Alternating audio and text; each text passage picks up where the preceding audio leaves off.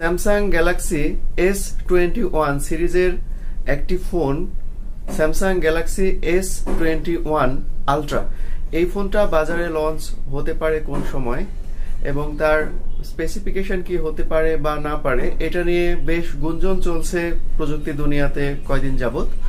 এইরকম কিছু ইনফরমেশন আমার হাতেও এসেছে, যা আজকের এই ভিডিওতে আমি আপনাদের সাথে ডিটেলস ডিসকাশন করব। তার আগে আমার এই চ্যানেলটা যদি সাবস্ক্রাইব করা না থাকে অবশ্যই সাবস্ক্রাইব করে বেল আইকনটি বাজিয়ে দিন।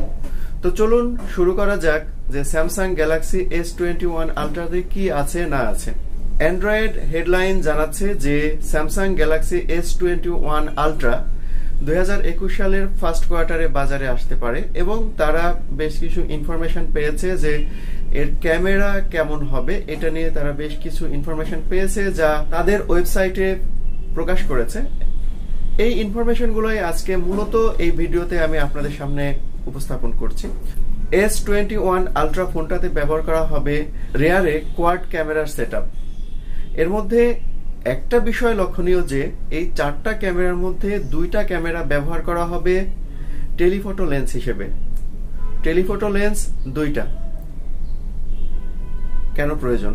হ্যাঁ, এর মধ্যে একটা টেলিফটো লেন্স ব্যবহার করা হবে অ্যাজ ইউজুয়াল হিসেবে, আর আরেকটা টেলিফটো লেন্স ব্যবহার করা হবে টপ 3D ছবি ক্যাপচারের জন্য। অর্থাৎ মূলত সেকেন্ড যে আরেকটা টেলিফটো লেন্স থাকবে, এটার কাজ মূলত হবে যে 3D ছবি ক্যাপচার করার জন্য এবং 3D ছবির কোয়ালিটি বৃদ্ধি করার জন্য এই ক্যামেরাটা ব্যবহার করা হচ্ছে। অর্থাৎ দুইটা পাচ্ছি আমরা টেলিফটো লেন্স এই মোবাইলটাতে। এছাড়াও আরো একটা থাকবে 108 মেগাপিক্সেলের প্রাইমারি ক্যামেরা এবং 12 মেগাপিক্সেলের একটি আলট্রা ওয়াইড ক্যামেরা। অর্থাৎ স্যামসাংও দেখা যাচ্ছে যে অন্য চাইনিজ ব্র্যান্ডের মতো অথবা স্যামসাং এর যে আরো মিড বাজেট অথবা লো বাজেটের যে ফোনগুলো ছিল সেই ফোনগুলোর মতোই তাদের যে প্রিমিয়াম সিরিজ আছে, ফ্ল্যাগশিপ সিরিজ আছে, সেই সিরিজেও একই ধরনের একাধিক ক্যামেরা, একটা দুইটা না চারটা ক্যামেরা পর্যন্ত তারা ব্যবহার করা শুরু করে দিয়েছে অলরেডি। যদিও এই ক্যামেরার যে স্পেসিফিকেশন গুলো সামনে এসেছে সেই স্পেসিফিকেশন দেখে এই ক্যামেরাটাকে কোনোভাবেই খারাপ ক্যামেরা হিসেবে জাজ করা যাবে না। ক্যামেরার কোয়ালিটি অসাধারণ, ক্যামেরা ফিচার অসাধারণ, সবকিছুই অনেক ভালো হবে। আর তারা যারা সেলফি শুটার আছে তাদের জন্য ক্যামেরাতে আরো পিক্সেল বাড়িয়ে দিচ্ছে। 40 মেগাপিক্সেল একটা ক্যামেরা থাকবে এবং এই ক্যামেরাটাও হবে যথেষ্ট পরিমাণে ভালো এবং অনেক ভালো ছবি উঠাতে পারবে এই ক্যামেরা দিয়েও। তবে স্যামসাং এখানে মূলত তাদের টেলিফটো লেন্সের দিকে বেশি প্রায়োরিটি দিচ্ছে। যে টেলিফটো লেন্স যে দুইটা ব্যবহার করেছে তার মধ্যে প্রথমটা দিয়ে 3x পর্যন্ত অর্থাৎ 3 গুণ পর্যন্ত জুম করা যাচ্ছে এবং পরের যে ক্যামেরাটা ব্যবহার করা হয়েছে যেটাকে বলা হচ্ছে অফ 3D ক্যামেরা, সেই ক্যামেরা দিয়ে 5x বা তারও বেশি অপটিক্যাল জুম করা যাবে। অর্থাৎ এটা ক্যামেরা বান্ধব একটা ফোন হবে এখন পর্যন্ত এতটুকু বোঝাই যাচ্ছে। স্যামসাং গ্যালাক্সি S21 সিরিজের আরো দুটি ফোন বাজারে আসবে, সেটা হলো স্যামসাং গ্যালাক্সি S21 এবং স্যামসাং গ্যালাক্সি S21 প্লাস। তবে এই তিনটা ফোনেরই Samsung Galaxy S21, S21 plus, S21 ultra, এই তিনটা ফোনের ক্যামেরা হার্ডওয়্যার একই রকম থাকছে আর অন্য হার্ডওয়্যারগুলো চেঞ্জ হতে পারে। এখনো ডিটেলস এভাবে জানা সম্ভব হয়নি। যখন আমরা জানবো তখন এই বিষয়গুলো নিয়ে আরো কথা বলবো। স্পেসিফিকেশন দেখে বোঝা যাচ্ছে যে স্যামসাং গ্যালাক্সি S21 সিরিজটা অবশ্যই ক্যামেরা ফ্রেন্ডলি, অর্থাৎ ক্যামেরাকে প্রাধান্য দিয়েই বিল্ড করা হচ্ছে। আর স্যামসাং গ্যালাক্সি S21 আলট্রাতে আরেকটা স্পেশাল ফিচার থাকবে, সেটা হলো যে এতদিন এই ফিচারটা শুধু নোট সিরিজে ছিল, অর্থাৎ এস পেন ব্যবহারের সুযোগ এই আলট্রা মডেলটাতে থাকবে। এখন এস সিরিজেও তারা এস পেন ব্যবহারের সুযোগ দিচ্ছে। জানি না নোট সিরিজের ভবিষ্যৎ কি হবে সামনে। হুয়াওয়ে মেট 40 এবং হুয়াওয়ে মেট 30 নিয়ে কিছু খবর রয়েছে। তার আগে আমরা ইতিমধ্যে জেনে গিয়েছি যে চিপ নির্মাতা প্রতিষ্ঠান TSMC এবং স্যামসাং তাদেরকে চিপ এবং ডিসপ্লে সরবরাহ বন্ধ করে দিয়েছে। এই নিয়ে তাদের এই যে আপকামিং যে স্মার্টফোনগুলো বাজারে আসার কথা ছিল নির্দিষ্ট সময়ে, এই সময়ে বাজারে আসার সম্ভাবনা নেই এমনটাই দেখা যাচ্ছে।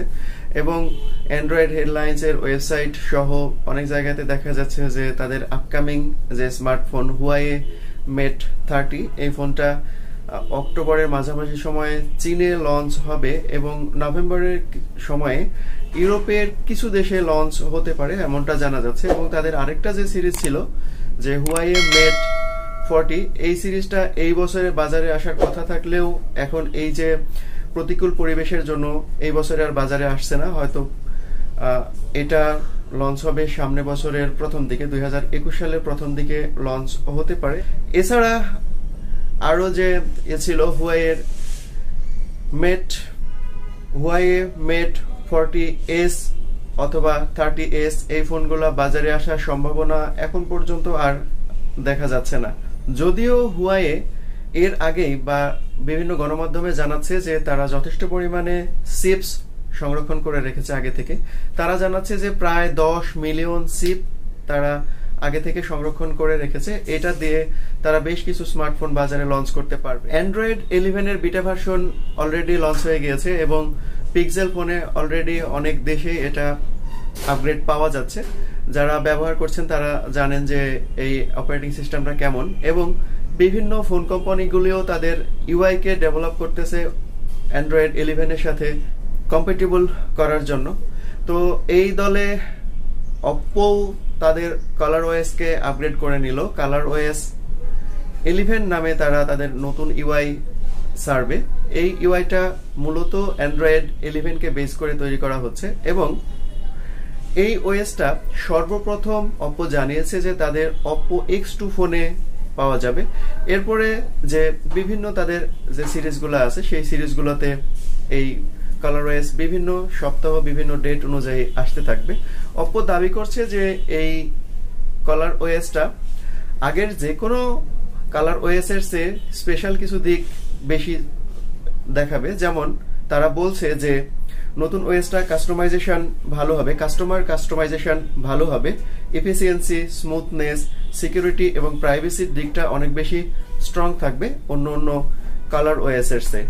আর কোন কোন ফোন কোন সময় অ্যান্ড্রয়েড 11 এ আপডেট পাবে অথবা কালারওএস 11 এ আপডেট পাবে তার একটা লিস্ট আপনারা এখন স্ক্রিনে দেখতে পাচ্ছেন। এখন আপনি যদি অপ্পো ইউজার হয়ে থাকেন তাহলে আপনার ফোনটা এই লিস্টে আছে কিনা তাহলে দেখে নিতে পারেন। স্যামসাং এর আরো একটি খবর রয়েছে, সেটা হলো স্যামসাং নতুন একটি ক্যামেরা তৈরি করেছে স্মার্টফোনের জন্য, যে ক্যামেরাটাকে তারা বলছে আইসোসেল। অর্থাৎ এর আগেও এই আইসোসেলের ক্যামেরা তারা নোট 20 আলট্রা এবং S20 আলট্রাতে ব্যবহার করেছিল, যার মাইক্রোমটা অনেক বেশি ছিল, অর্থাৎ 0.8 মাইক্রোমের ক্যামেরা তারা ব্যবহার করেছিল। তারা এই আইসোসেল ক্যামেরাটাকে আরো বেশি ডেভেলপ করে এর সাইজটা আরো কমিয়ে নিয়েছে এবং যার মাত্রা এখন 0.7 মাইক্রন পিক্সেল, অর্থাৎ অনেক ছোট। যার ফলে এই আমাদের যে সামনের যে ক্যামেরাগুলো ফোন ক্যামেরা বেসড ফোন আসবে বাজারে, সেই ফোনগুলোতে সিন এবং বেজেল পরিমাণ অর্থাৎ ক্যামেরার আশেপাশে যে জায়গাটা থাকতো সেই জায়গাটার পরিমাণ অনেকটাই কমে যাচ্ছে, অর্থাৎ ক্যামেরার সিন এবং বেজেলের পরিমাণ অনেকটাই কমে যাচ্ছে। এক কথায় ক্যামেরার সাইজটাও অনেকটাই ছোট হয়ে আসবে, কিন্তু তার ক্যাপচারিং ক্ষমতা বৃদ্ধি পাবে আগের ক্যামেরার চেয়ে বহুগুণে বেশি। এবং স্যামসাং দাবি করছে যে আগের আইসোল ক্যামেরার চেয়ে নতুন এই ক্যামেরাটি 15% পর্যন্ত সিনের পরিমাণ কমাতে সক্ষম হবে। ইনফিনিক্সের কথা আমরা সবাই জানি, মূলত স্মার্টফোন দিয়েই তারা বাজার কাঁপিয়ে ফেলে। নতুন নতুন লো বাজেটের মধ্যে অনেক হাই কনফিগারেশনের স্মার্টফোন নিয়ে এসে তারা বাজারে একটা হইচই ফেলে দেয়। এইবার তারা স্মার্টফোনের বাজারের সাথে সাথে টিভির বাজারটাও ধরার চেষ্টা করতেছে। তারা অলরেডি ঘোষণা দিয়েছে যে ইন্ডিয়াতে 2টি মডেলের টিভি বাজারে নিয়ে আসবে, একটা 32 ইঞ্চি এবং একটা 43 ইঞ্চি সাইজের 2টি টিভি তারা বাজারে নিয়ে আসবে এবং 2টি হবে অ্যান্ড্রয়েড।